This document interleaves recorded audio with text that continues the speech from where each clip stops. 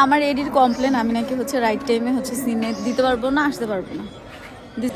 কথা কিছুটা সত্য কিছুটা মিথ্যা। কতটুকু সত্যি? সত্য হচ্ছে কিছুটা সব সিনে করেন না, মাঝে মাঝে করেন। আর এটার জন্য কারণ আমরা চাই সবসময় 8টা-9টার ভিতর প্যাক আপ করে দিতে। আজকে কয়টা প্যাক আপ হবে? আজকে একদম 8:30টায়। আচ্ছা 8টা প্যাক আপ? 8:30টায় প্যাক আপ। কি যদি মনে হয়? আপু 8:30টায় প্যাক আপ হবে, যদি আপু আমাকে সর্বোচ্চটা দেয় ঠিক যে আছে। সিন করলাম, গেলাম, বসে থাকলাম না, কি সিন করলাম? সিন করলাম, করে গেলাম, ড্রেস দিলাম, ড্রেসটা চেঞ্জ করে আপু চলে আসলো সেটে, 8:30টায় প্যাক আপ দেবো আজকে। তাহলে আমাদের লেট নাইটটা হবে না। ওকে।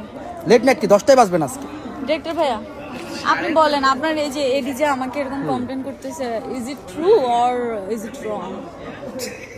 আমি আসলে নো কমেন্টস। বিপদে ফেলা দিল।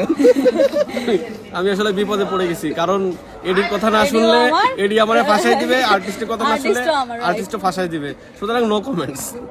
No comments, but আমরা আসলে রাত 8:30 পর্যন্ত 8:30টার দিকে যে আপডেট দিতে পারবো যে আসলে আমরা টাইম মতো এটা করতে পারছি কিনা। ইনশাআল্লাহ। ইনশাল্লাহ। ওকে। ও আরেকটা বিষয়, আমাদের এই ইন্ডাস্ট্রিতে লেট নাইটের যে বিষয়টা, এটা আমরা উঠে নিতে চাচ্ছি যে লেট নাইট করবো না। লেট নাইট করে সকালে শুটিং শুরু করতে পারেন, আমাদের 2 ঘন্টা 3 ঘন্টা করে আমরা ঘুমাইতে পারি। এই যে 2 ঘন্টা 3 ঘন্টা ঘুমায় সারাদিন কোনো এনার্জি থাকে না, ফেসের কোনো গ্ল্যামার থাকে না, এই জিনিসটা আমরা উঠে দিতে চাচ্ছি। ওকে।